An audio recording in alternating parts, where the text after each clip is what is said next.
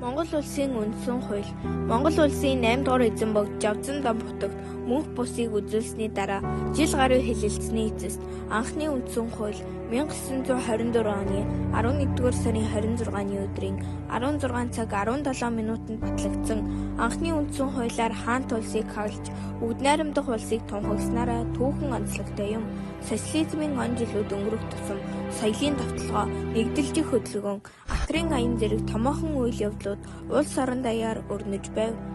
Монгол улсын хүн ам, соёл, амьдрах хэв маяг, эдийн засгийн бүтэц, тогтолцооны хувьд эрс өөрчлөлтүүдийг хийх зорилтуудаас шалтгаалж 1940 оны 6 дугаар сарын 30-нд 1960 оны 7 дугаар сарын 6-нд тус үндсэн хуулийг шинжлэн баталж байжээ. Өнөөгийн шинэ үндсэн хууль нь 1990 оны Монгол улсад төр нийгмийн өөрчлөлтүүд гарч 1992 оны 1-р сарын 11-нд тухайн үеийн бүгд найрамдах Монгол ард улсын ардын их хурлаар батлагдаж тухайн оныхоо 2-р сарын 12-ны өдрөөс эхлэн даган мөрдөжээ.